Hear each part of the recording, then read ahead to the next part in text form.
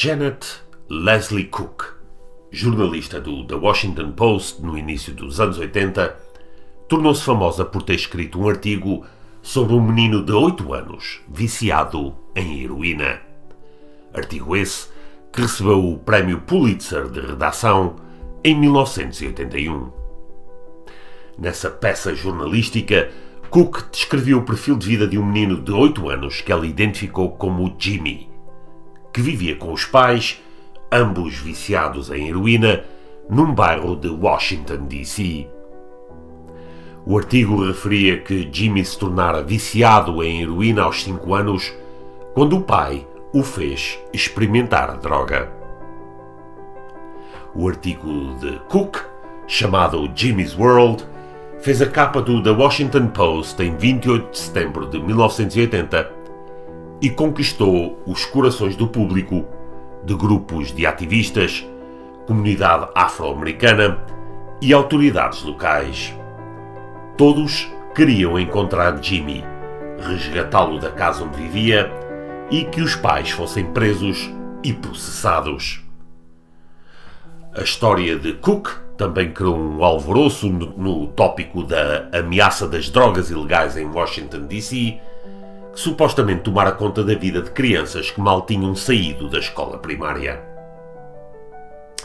Eventualmente, a história de Janet Cook foi reimpressa em todo o país e em todo o mundo, e a notícia foi destaque em todos os Estados Unidos. O público exigia que a polícia e o mayor de Washington, D.C.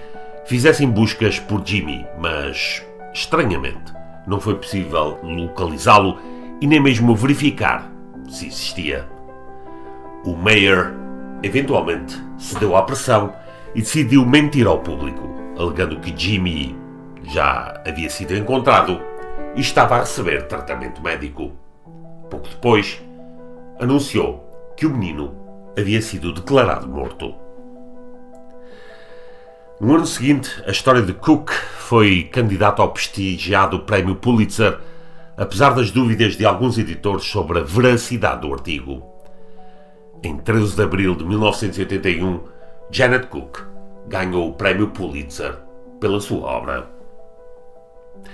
No entanto, no jornal Toledo Blade, onde Janet Cook havia trabalhado antes, os editores notaram algumas discrepâncias na autenticidade das credenciais que Cook havia fornecido ao Comitê Pulitzer.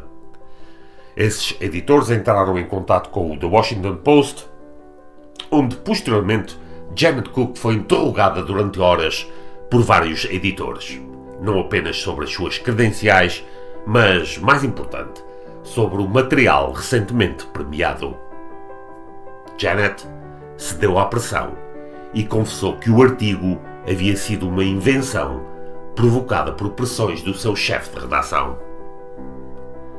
O Washington Post viu-se forçado a anunciar que a história de Cook era uma mera invenção e ofereceu um pedido público de desculpas no seu editorial.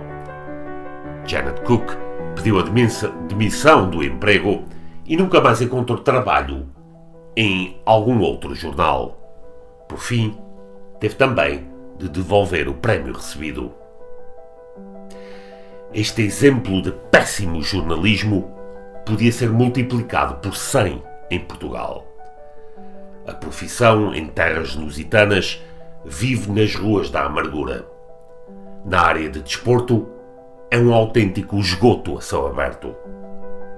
Desde pseudo-jornalistas alcoólicas que pagam por entrevistas inventadas com vista a arruinar a vida de quem o jornal tem como alvo, passando por diretores de jornais desportivos que permanentemente distorcem os factos para agradar aos donos, culminando no vomitar contínuo de propaganda sem respeito pelo dever de trazer a verdade ao público.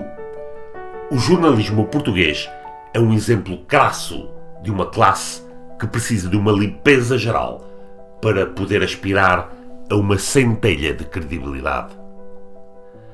Quando o jornalismo português se livrar dos prostitutos intelectuais, dos diretores que vendiam a mãe se tal desse audiências, de vermes que não deixam que a verdade estrague uma boa história, cá estaremos para reconhecer a profissão como um dos pilares da nossa democracia. Até lá, merecem apenas o nosso desprezo e o nosso repúdio.